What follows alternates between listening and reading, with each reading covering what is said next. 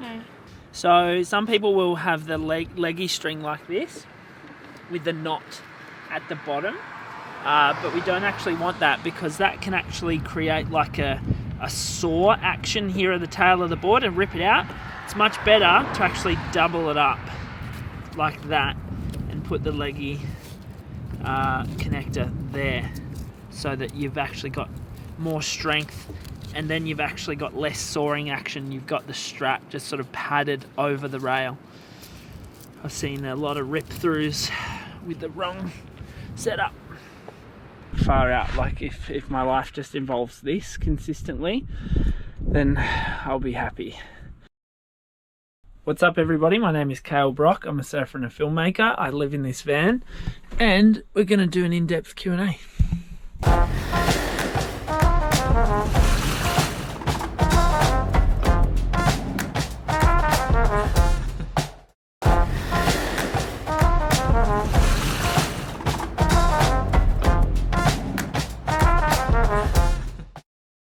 It's a weird thing to be called a surf YouTuber. I had an interview with Stab Magazine the other day and they were sort of trying to get me to self-title myself as a professional surfer, which still feels a little bit strange because I don't know if I would do that still.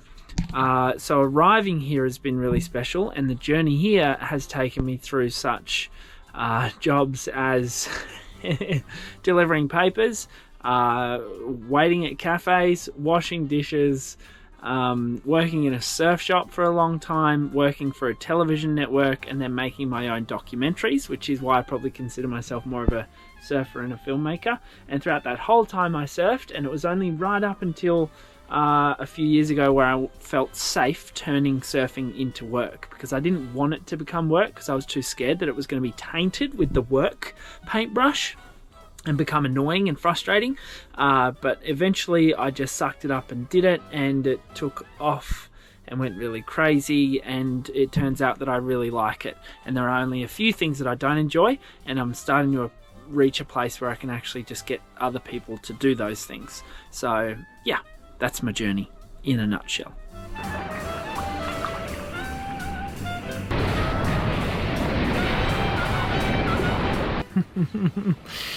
I wouldn't consider myself a conspiracy theorist, but I think a lot of the things I've been reading about over the past, decade have come true in the last 3 or 4 years. Again, I still wouldn't identify as one, but I do have a serious distrust in government, big corporations, and governing bodies around the world. So I don't know. Something I'm getting into a lot recently is the ushering in of digital identity bills like the one here in Australia. Obviously, I'm not a huge fan of that idea because I don't like the direction that it heads in. And something I'm doing to protect myself from sharing my information online and just increasing my security online is using Surfshark, which is a VPN, a virtual private network, and they're actually the sponsor of today's episode. So before I go on with some further questions, let me just tell you a little bit more about them. Surfshark lets you use your devices, for me, my laptop and phone, in total privacy, essentially shielding you whilst you're using the net. And if you're like me and sometimes have to connect to airport Wi-Fi and whatnot, this is pretty crucial, especially when you're logging into really important websites like the Surfer's Roadmap. That means no more personalized ads. Your buying data isn't going to be shared around the place. This is the real deal when it comes to internet security. Another cool use is that you can virtually place your computer anywhere in the world, which you can use to access titles on streaming platforms that aren't necessarily available in your region. If you're in Australia, you'd know that we miss out on a ton of good content that you get overseas, so it's a great way to get around any geo restrictions. It's pretty sweet, and it's dirt cheap, about $3 a month if you follow the link in the description below or use the discount code BROCCOLI. Plus, you'll also get 3 months for free. All right, let's jump back into the Q&A. Let's go down the beach.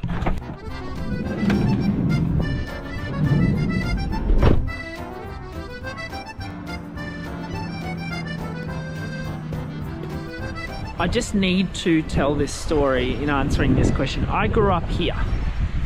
That is a flat ocean, and 98% of the time it is just like that. It is flat. And I managed to progress myself to a I don't know, you could say high, intermediate or advanced, depending on where you're coming from. If you want to progress your surfing, you need to be obsessed with it and you need to do it as much as you can. But there are ways that you can hack the process. For me, it was skating. Skating was a massive factor in keeping my muscle memory fresh when it came to surfing. So often when I would come down here and I would will the universe to send me waves and it wouldn't happen, I would simply go and skate on a regular skateboard in my driveway, practicing airs, practicing re-entries and doing all sorts. Nowadays we have access to surf skates, which are an incredible help in keeping you fresh as well. But in saying that, if I had 1 year to dramatically improve my surfing, I would go to a region in the world, a place in the world like Indonesia or South America, where I knew that I could surf every single day. I would also get some good quality coaching and I would just go ham, and it's all I would think about and I would obsess over it, and I think that's the best way to progress fast. And it would be remiss of me not to say you should come to a Surfers Roadmap experience, like a wave pool retreat or something like that, if you do want to kickstart that progression as well. Seriously, it does work. I wanted to answer these two questions together because they're both intertwined, and I think that's really key, is that everything that I'm doing in my life and everything that I want to do is revolved around my passions. And I think that's a path that a lot of people don't take because of expectation, because of circumstance, because of a whole plethora of reasons. And I think that's probably the thing that I've been most proud of and grateful for, is that I realized that if I did anything except pursue things that were important to me, then my life was never going to be as fulfilling or exciting as it could be.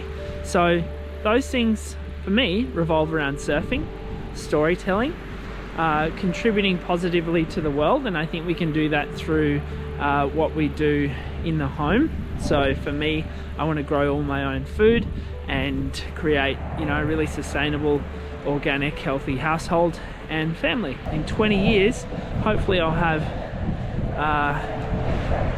5 or 6 different wave pool setups under the Surfers Roadmap umbrella, and I'll be running retreats regularly around the world and at those locations, whilst producing awesome stories for you guys to enjoy. In winter, I never get out my Ugg boots and my track pants, ever. One surfboard for the rest of your life? That is such a good question, but it's also the hardest question to answer. I feel like I've come across some pretty epic surfboards over the past couple of years. Standouts being the Album Twinsman, the Album Lightbender, obviously the Sharp Eye Inferno 72, which I still love. Those 3 boards, one of those I would keep. And I feel like versatility wise, at the moment it's very biased because I'm here in this experience, having surfed the Lightbender so much recently. That's probably the board that I'd hold on to, but I absolutely do not want to be stuck on one board for the rest of my life, because I'm really enjoying trying a bunch. It's really fun. I mean, steeper waves, and let's just translate that into intimidating waves and intimidating takeoffs and just being intimidated in general in the ocean. I think it's important to realize that every single surfer goes through this on a relative scale. For Kelly Slater, it was going to Hawaii. That was the big hurdle that he had to overcome to become the best in the world, and he did that. If I can speak from personal experience, for me, I never really charged as a grommet. I was never a psycho. I'm still not a psycho. My brother, my friends still give me shit about not surfing massive waves, and I just think that it comes down to the person and what you're after with your surfing. But the want to get those waves has to be greater than the fear that's currently standing in your way. And once you reach that point where you go, I want this wave more than I'm scared of it, then things will click into gear. And for me, it was the idea and the addiction of getting barreled that has helped me overcome a lot of my fear around big waves. It was the feeling afterwards of making it, of getting away with it, of surviving, that became so powerful and fulfilling and exciting that the fear in comparison to it was just a tiny little pea that I just had to go, all right, you're there, but see you later, I'm going.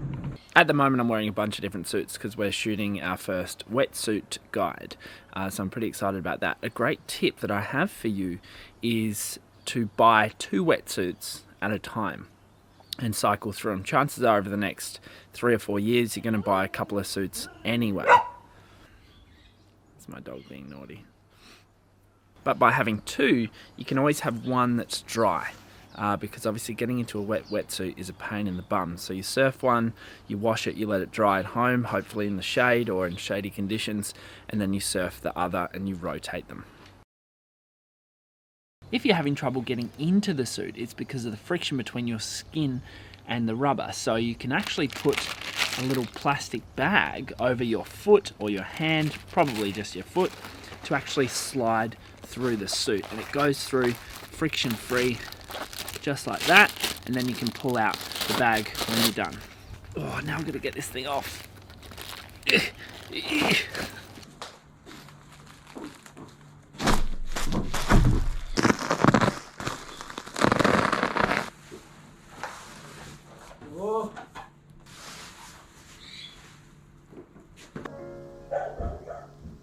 It's a very personal experience, and I would say that the moment you need to, I guess, downsize to a smaller surfboard is the moment that you feel like your longer surfboard is holding you back.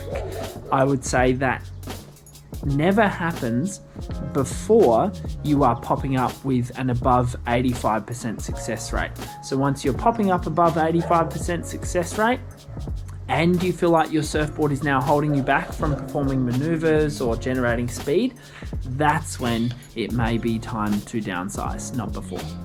As a grommet, I grew up with one surfboard. I surfed the same surfboard from the age of, I would say, 11 until probably 14 or 15, and that's when I reckon I went through most of my progression. Nowadays I'm in the very, very fortunate position to be receiving numerous boards. I'm so excited about that one, by the way. This is the one I helped shape a little bit. I think that progression really comes from time in the water, and it doesn't necessarily come from you being on the perfect board from the get-go. You've actually got to spend some time and work out what your weaknesses are as a surfer, what are your strengths, and only then can you work out the formula for the perfect board.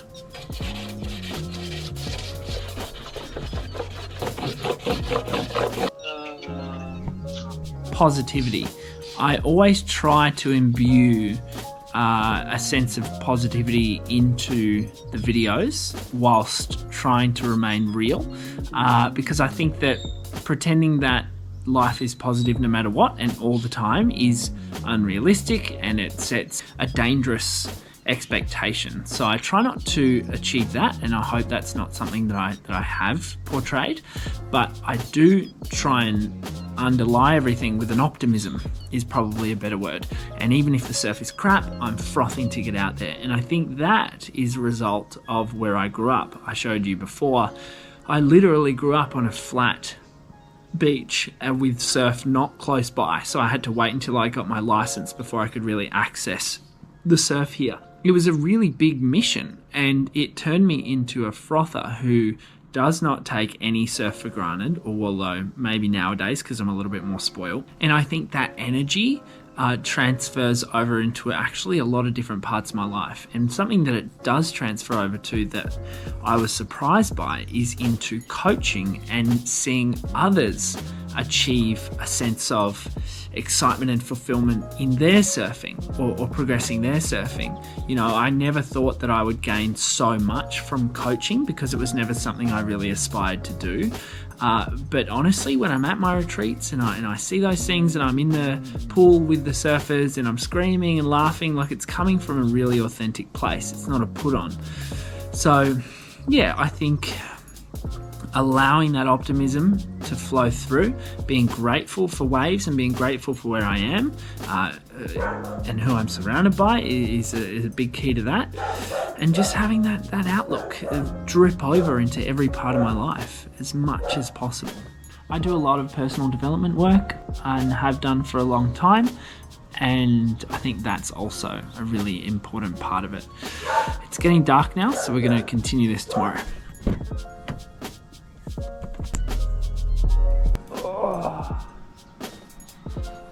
Well, it doesn't look like I'm going to get a bad hold down moment today. I would say the worst one was actually in Nusa Lembongan in Bali. I was out, and this place is notorious for changing conditions really quickly. And I was out there and I was cruising, and then basically out of nowhere a 10-foot set just came through and totally wiped me out, ripped my leg rope off. And I just like wigged out and had to swim in, and I was like really scared, so I went somewhere else, and then the same thing happened there. Anyway, you live and you learn. Be sensible. Assessing your own surfing is really hard without the help of video feedback, so whatever you have to do to get that, I would definitely try and attain it. And if you can couple that with great coaching, you're going to be laughing. But this is why I go to such lengths to get footage. Even though I don't have a filmer, I'm setting up the camera so that I can try and film some of these waves coming through today. In saying that though, there are certain outcomes on a wave that should give you indications that certain things are going on. And I've covered a lot of those in the Surfers Roadmap programs and also here on YouTube.